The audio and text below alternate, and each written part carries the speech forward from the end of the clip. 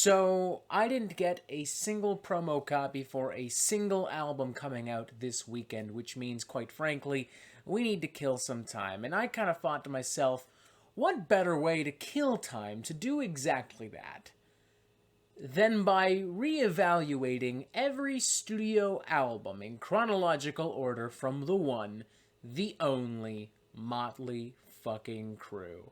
A band which to this day continues to inspire teenagers to pick up a guitar, boomers to pick up a six-pack of beer, and elitists to bitch and cry and moan on the internet because God forbid anything be semi-different from what they personally identify as true metal. Oh boy, this is either going to be amazing or grounds for an unmitigated disaster, but either way, it should at least be interesting, so let's not waste any more time. Let's get right the fuck into it. Let's review every single Motley Crue album ever made.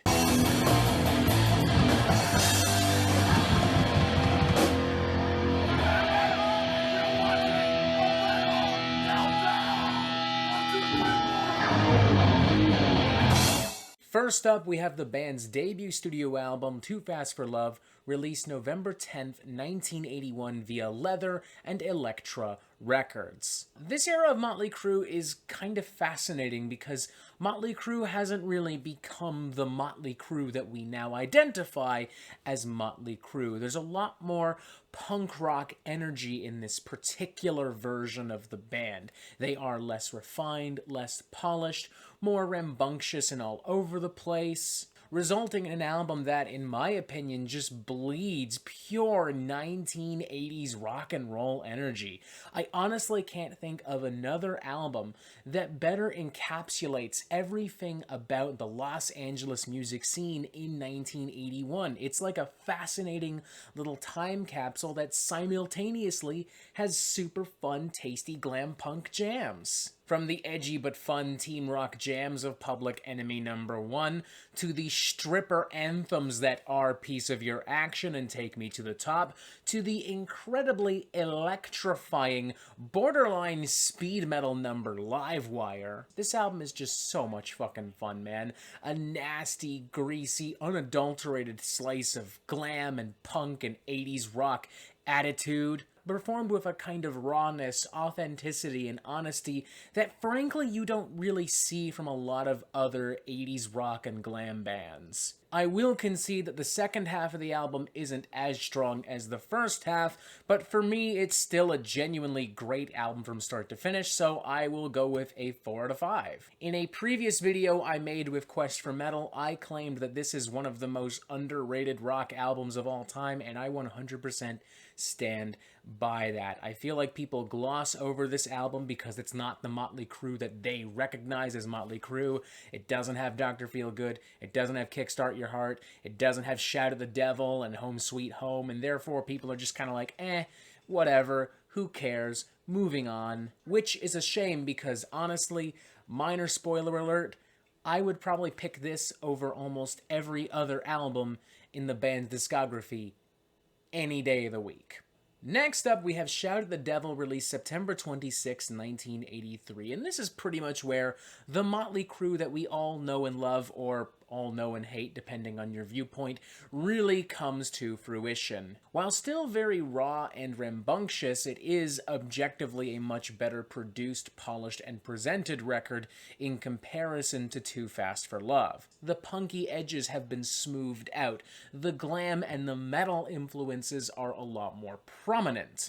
And most importantly, the songs feel a lot more unified and uniform. You no longer have random punky jams and random breaks in the middle of songs. Everything has a really nice, seamless flow, resulting in my opinion at least, Motley Crue's strongest album, not just of this era, but possibly in their entire discography. While I do miss some of the rougher edges of Too Fast for Love, I can't deny that every single song on here is written and performed with the utmost confidence and weirdly precision. Like, there's not a single weak or mediocre or average at best track to be found on this fucking thing. It just slaps from start to fucking finish. From Looks That Kill to Red Hot to the album's title track to their surprisingly really heavy cover of Helter Skelter to one of my favorite Motley Crue tracks ever, Too Young to Fall in Love, which has remained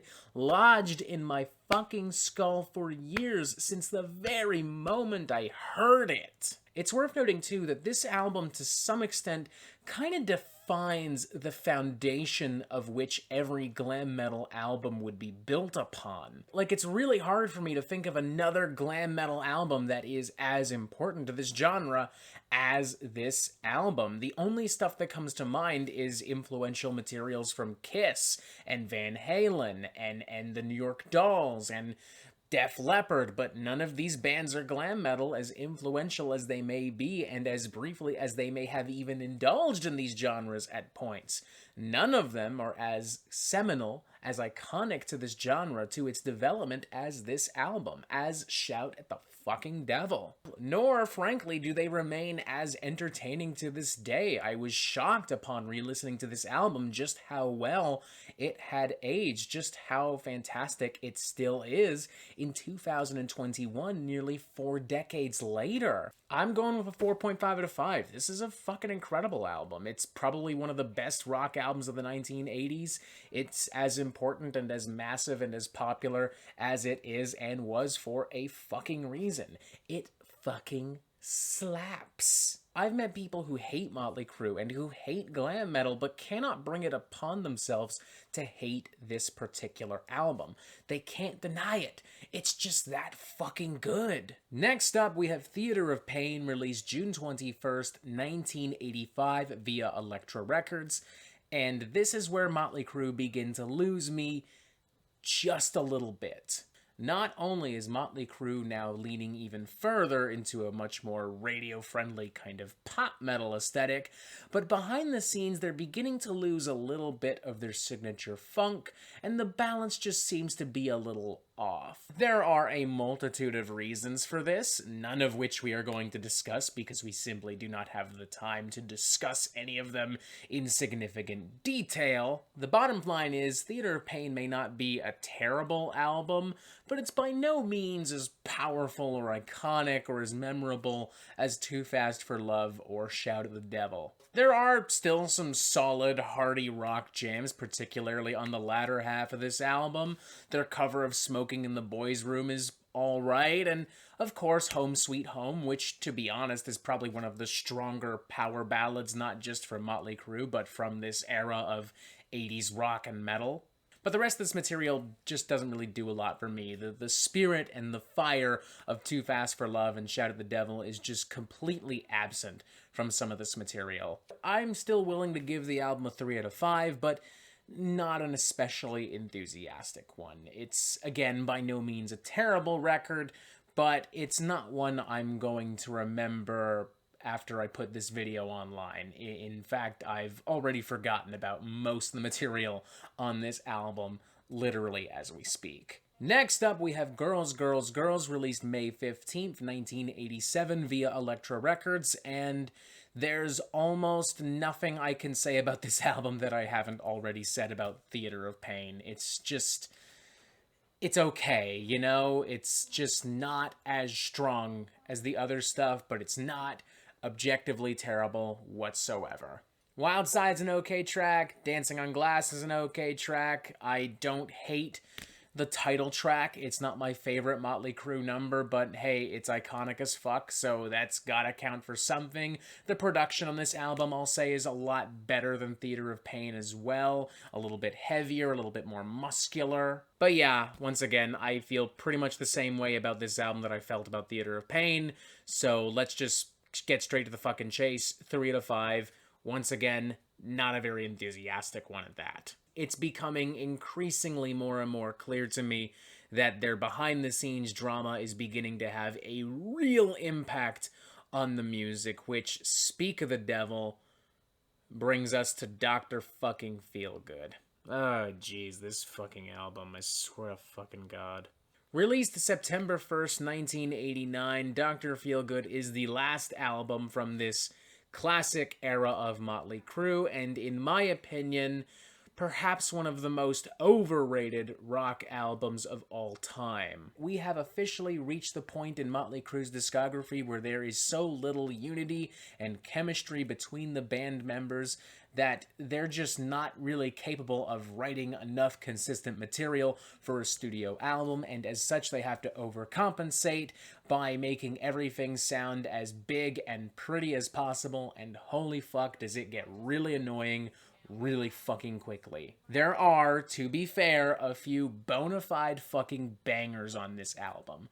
The title track, Dr. Feelgood, is an amazing number. Super chunky riffs, awesome guitar solo, one of the best choruses that Motley Crue has ever delivered. Similarly, Kickstart My Heart is one of the most raging 80s metal jams of all time. But that's kinda it. I really just kinda hate almost every other song on this album. I really hate the production. I really hate a lot of the songwriting. It just feels really cookie cutter, really silly, really corny, really cheesy, really gross in some parts. Take, for instance, Slice of Your Pie, which is just kind of like, you know what I mean? There's also Rattlesnake Shake, which has this really obnoxious, over-the-top chorus with these really synthetic horns that it just kind of makes me cringe. There's the track Without You, which is probably one of the worst power ballads of the 1980s. This thing just fucking sucks from start to finish. It's all pretty fucking piss poor if you ask me. I've never really understood why this album is as popular as it is, which means I'm probably going to be in the minority when I give my rating, but so fucking be it, I suppose. And with that in mind, let's just get this out of the way and move on to the next album. 2 out of 5, piss poor, extremely over fucking rated. Go listen to the title track, go listen to Kickstart My Heart. Fuck literally every other song on this album. I just fucking can't. This album should consider itself lucky I'm not going with a lower score, because I just genuinely dislike this album, but it has the benefit of not being their worst album ever. Which, speak of the devil, brings us to the self-titled record. Sweet Kentucky Fried Fuck, where do I even begin with this fucking monstrosity? The self-titled album Motley Crue released March 15th, 1994. Holy fucking shit. This is perhaps one of the worst but also most fascinating rock albums of all time. Motley Crue, behind the scenes, has more or less imploded upon itself. Vince Neil is out of the band and John Corabi is in because apparently Motley Crue seems to think that simply switching out their singer will solve all of their fucking drama. On top of that, Motley Crue also has to deal with the fact that a lot has happened in the world of mainstream rock and metal in the 5 years following Dr. Feelgood. Glam is pretty much dead, other metal subgenres have moved on into the underground, and radio is dominated by grunge and alternative rock by bands like Nirvana, The Smashing Pumpkins, Alice in Chains, the Red Hot Chili Peppers, Pearl Jam, Soundgarden, and many, many more of this same type and variety. And how does Motley Crue decide to respond to this? By making the dumbest fucking album of all time. So dumb that it almost predates the cringe-worthy American butt rock of bands like Godsmack and Nickelback and Five Finger Death Punch and Trapped and many, many more. I'm not exaggerating one fucking bit. This is literally like late 90s, early 2000s butt rock before it even existed. There are so many stupid, obnoxious, slow-chugging grooves with like a bit of a southern twang. There's so many edgy fucking lyrics and just really corny fucking vocal deliveries from John Corabi, who kind of sounds like he's going for like a mix of Chad Kroeger and James Hetfield, and I despise every second of it. Of all the albums we're talking about in this video, this was, without a shadow of a doubt, the fucking toughest to get through. I fucking barely got through the first few tracks on this thing. It's just so stupid and edgy to the point of being genuinely really cringeworthy. And that's without even mentioning the fact that the album is way longer than necessary. There is no need whatsoever for any Motley Crue album to be 60 minutes long, especially not a Motley Crue album where the music is just this fucking lethargic and stupid. Yeah, fuck this album from start to finish. This is a genuinely insulting mess. I find it hard to believe that Motley Crue were actually allowed to continue as a band following the release of this album, because it is just a fucking disaster. One of the worst rock albums of the 1990s, Motley Crue's worst album altogether, and one of the worst rock albums of all time, in my humble opinion. Next up, Generation Swine, released July 24th, 1997, once again via Elektra Records, and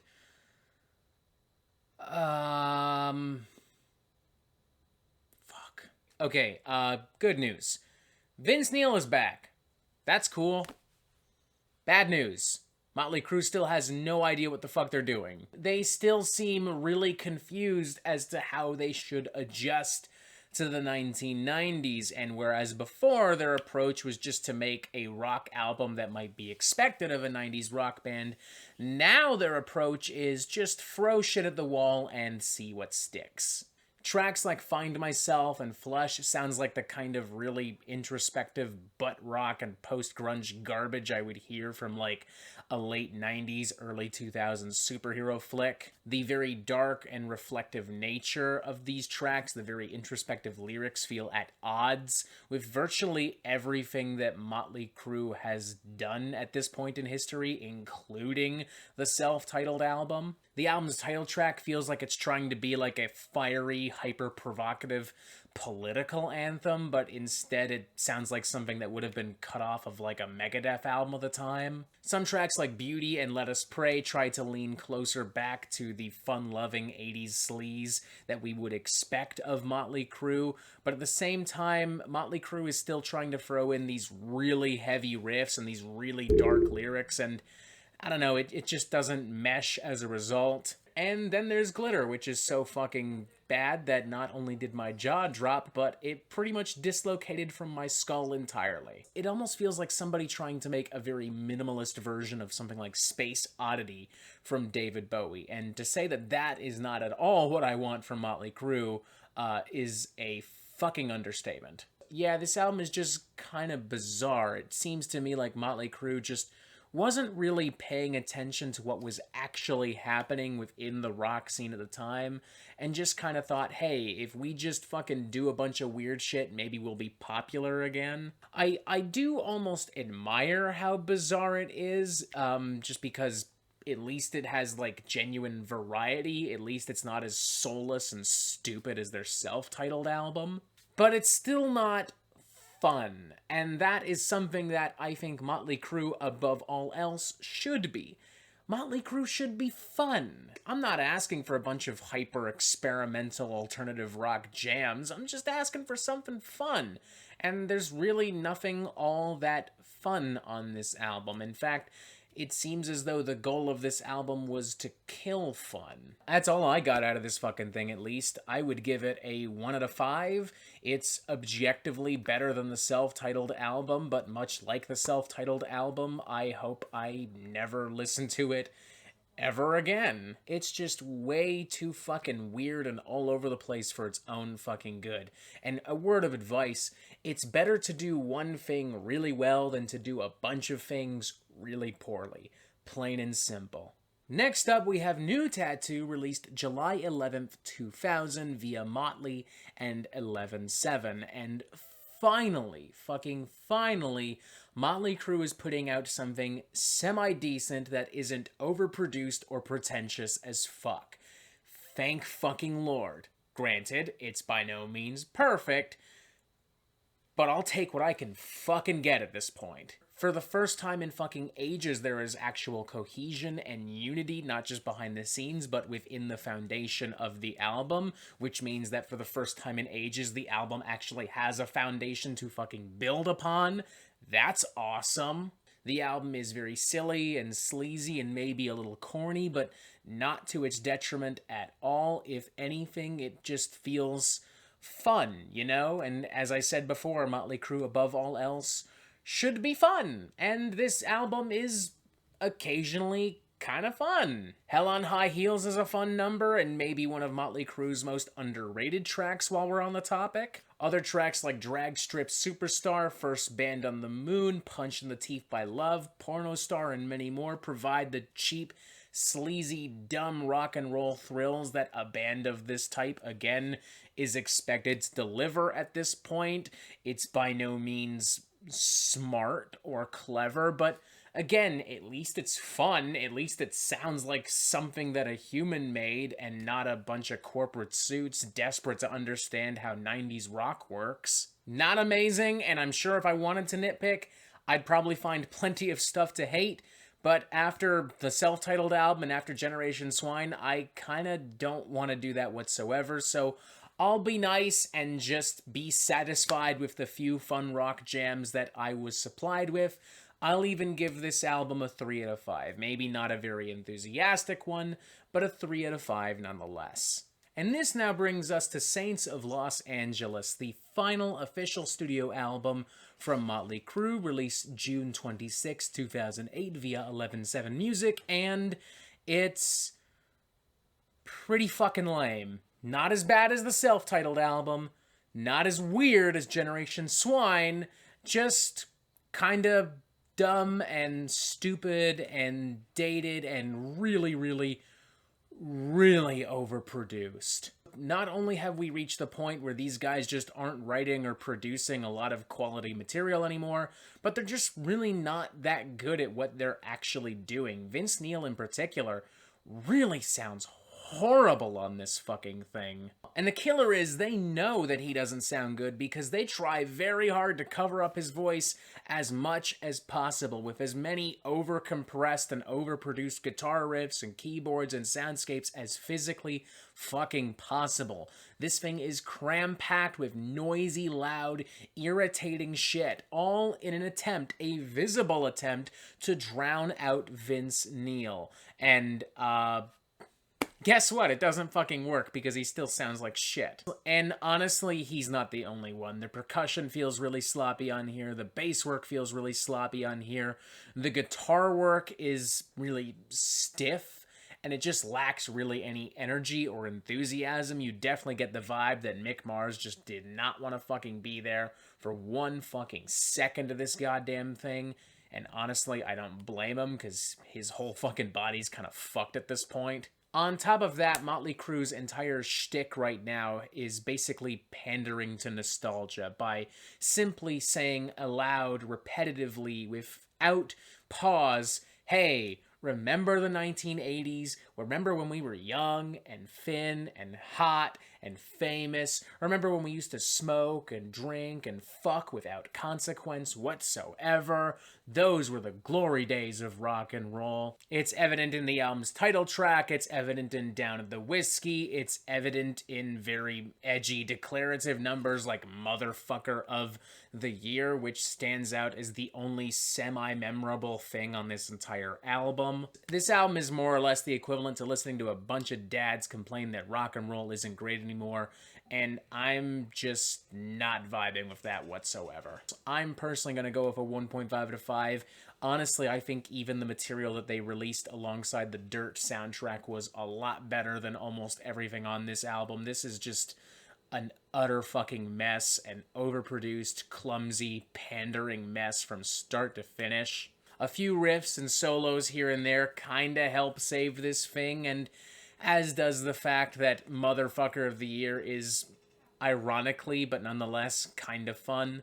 But yeah, I'm not going to be going out of my way to listen to this anytime fucking soon. While better than Motley Crue or Generation Swine, I obviously hesitate to call it a good or worthwhile record. It's kind of fascinating too. I mean, I said earlier in the video, Too Fast for Love kind of acts as this fascinating time capsule of everything exciting and unique about 1980s rock music in LA, and Saints of Los Angeles is similar to some extent, except it showcases just how poorly the genre has aged. It showcases everything wrong with 1980s rock music from LA in this modern era. And on top of that, officially cements Motley Crue, at least in this era of rock music, as a bit of a one-trick pony and a dated relic of their time. It makes me genuinely happy that, unlike a lot of other aging rock and metal bands, Motley Crue stopped making original material and simply focused on pandering to nostalgia,